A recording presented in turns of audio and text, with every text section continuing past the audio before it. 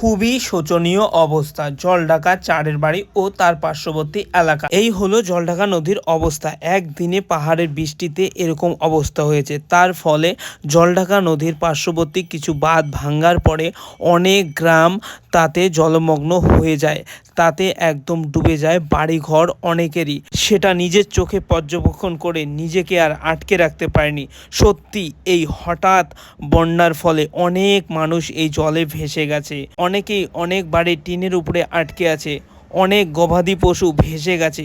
অনেক গন্ডার হরিণ সবাই ভেসে গেছে। অনেক মানুষও নিখোঁজ।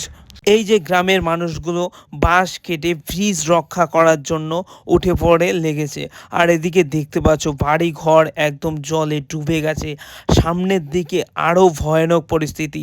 আর একটা যেটা গ্রাম পর্যবেক্ষণ করতে পারেনি, সেই গ্রামের সাথে যোগাযোগ একদম বিচ্ছিন্ন। সেখানে একটা ব্রিজ ভেঙে গেছে। ওই গ্রামে জলের ভিতরে ডুবে আছে অনেক বাড়িঘর। সেখানে আটকে রয়েছে অনেক মানুষ। অনেকক্ষণ হয়ে গেছে, কিন্তু লাইফ বোটের যে ব্যবস্থা সেটা তখনও সরকারের তরফ থেকে হয়নি। আমরা অনেক চেষ্টা করেছি সেটা জোগাড় করার, কিন্তু আমরা পারিনি। অনেকেই বাড়ি ছেড়ে আশ্রয় নিয়েছে রেল লাইনের উপরে। এই করুণ পরিস্থিতি দেখে অনেকেই এগিয়ে এসছে। আমাদের এই ভিডিওটা করার উদ্দেশ্য একটাই, যাতে আপনারাও আগামী দিনে কালকে পরশু যাতে এই জায়গাটা পর্যবেক্ষণ করতে পারেন আর মানুষের হেল্প বা সাহায্য করতে পারেন, তাহলে তারা অনেক উপকৃত হবে। আমরা কিছু শুকনো খাবার তাদের হাতে তুলে দিই। আমরা চেষ্টা করব আরও সাহায্য করার। আর আপনাদের বলছি এই ভিডিওটা করার উদ্দেশ্য একটাই, যাতে আপনারা সবাই এগিয়ে আসেন। এই মানুষগুলো, এই পরিবারগুলো অনেক কষ্টের মধ্যে আছে। তাদের সব কিছু হারিয়ে গেছে। তাদের বাড়ি ঘরে যা কিছু ছিল সব ভেসে চলে গেছে। গ্রামের মানুষের যে সম্বল থাকে, যে শক্তি থাকে, গরু ছাগল মোষ, সেগুলো সব ভেসে গেছে। অনেক গরু মোষ মরে গেছে।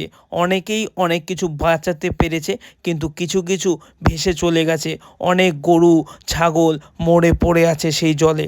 তো তোমরা সবাই সাহায্যের জন্য এগিয়ে আসো।